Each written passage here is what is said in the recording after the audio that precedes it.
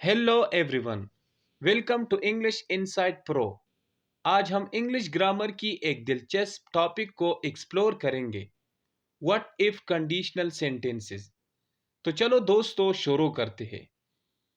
Conditional sentences hypothetical या uncertain situation को express करने के लिए यूज की जाती है। व्हाट इफ इन सेंटेंसेस को शुरू करने का एक कॉमन तरीका है। हम व्हाट इफ सेंटेंसेस को वर्ब बेस फॉर्म के साथ बनाने का तरीका आज सीखेंगे। चलो कुछ एग्जाम्पल देखते हैं। व्हाट इफ शी कम्स, अगर वो आ गई तो। व्हाट इफ पापा गेट्स अफेंडेड, अगर पापा नाराज हो गए तो। व्हाट इफ इट रेन, अगर बारिश हो गई तो। व्हाट इफ ही गोज, अगर वो चला गया तो। दोस्तों, पैटर्न को याद रखिए कि व्हाट इफ उसके साथ सब्जेक्ट होगा, फिर बेस फॉर्म ऑफ वर्ब होगा, उसके साथ हम एस या ई एस लगाएंगे जब इसकी ज़रूरत होगी। कुछ और एग्जाम्पल है।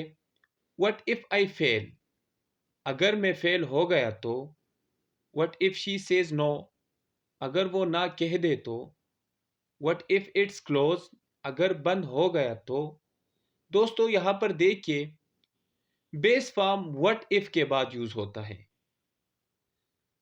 दोस्तों अब आपकी बारी है। Fill in the blank with the correct form of verb. What if dash he be late. What if dash she like the gift. What if dash it's no. तो इन ब्लैंक्स के अंदर क्या आता है, आप खुद फिल करेंगे। तो चलो दोस्तों मैं कर लेता हूं।